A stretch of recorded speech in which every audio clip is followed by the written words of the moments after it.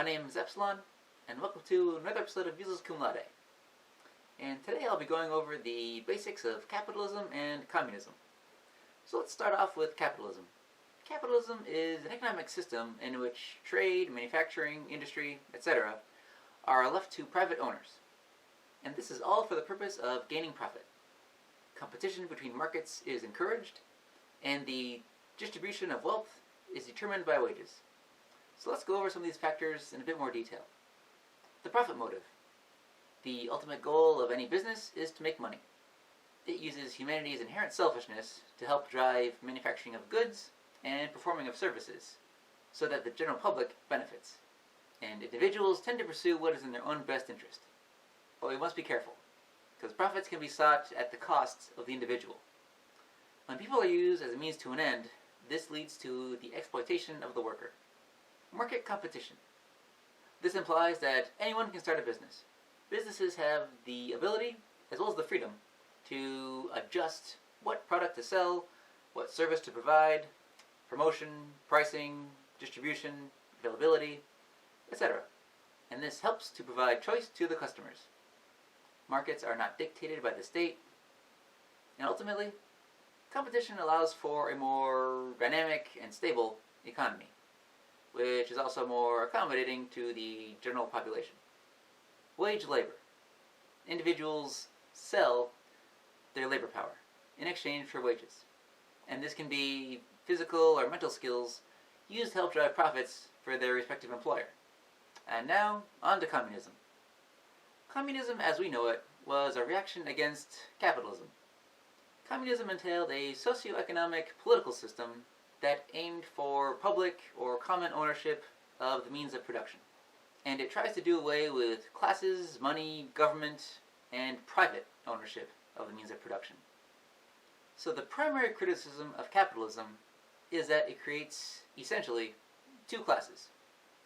You have the majority of the people as the working class, or the proletariat. These are the people who must work to survive. They may be considered as wage slaves, seen as too dependent upon the employer. Then you have the capitalist class, the minority of people known as the bourgeoisie, the employers. They acquire wealth from the working class, the proletariat. And probably the biggest advocate of communism and socialism as a philosophical movement would be Karl Marx. Marx was a German philosopher, economist, journalist, and revolutionary socialist. He thought that the first form of communism occurred back in hunter-gatherer cultures, before the age of surplus. Before surplus was available, nothing could be sold for profit. It was all for the sake of survival.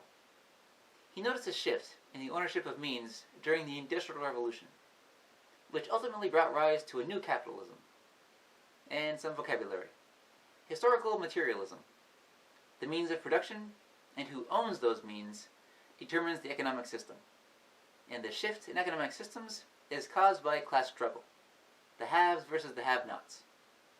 Prior to the Industrial Revolution, workers owned their own tools or instruments as a means of their own production. Once machinery became the new norm, only the rich could afford that. Thus, the rich became the new employers, because they could create and manufacture goods on a mass scale, and more efficiently. And this efficiency rendered the workers' tools useless. So they were forced to become the wage slaves, workers overly dependent upon the employers. The employers became rich, and the employees were the means to an end. And thus the two classes were born, the bourgeoisie and the proletariat, the rich and the poor. The proletariat now has no ownership over the means of production, and they are at the mercy of the employers, the bourgeoisie. Their only motivation is to make wages in order to survive. Being isolated from the fruits of their labor, they had no stake in the success or failure of the business, except for the wages, which they became desperately dependent upon for the sake of survival. They were just a cog in the machine, the means to an end. And ultimately, it is the goal of communism to avoid all this class struggle. It must be noted that there are various forms of communism, and they each fall into two very broad categories. Nationalization. The state, the government, owns, controls, and manages property and the means of production. And this was considered by Marx as a cop-out, a fake form of communism. It was more like state capitalism. At best, it's a transitional period, but in modern times we have seen this system linger for far too long. Examples would be China or Russia. Socialization. Society, the people, they own, control, and manage means of production and property equally. And this was more congruent with Marx's ideals. This was true communism. However, we have rarely ever seen it applied. So that is capitalism and communism in a nutshell. Thank you for watching, and keep thinking.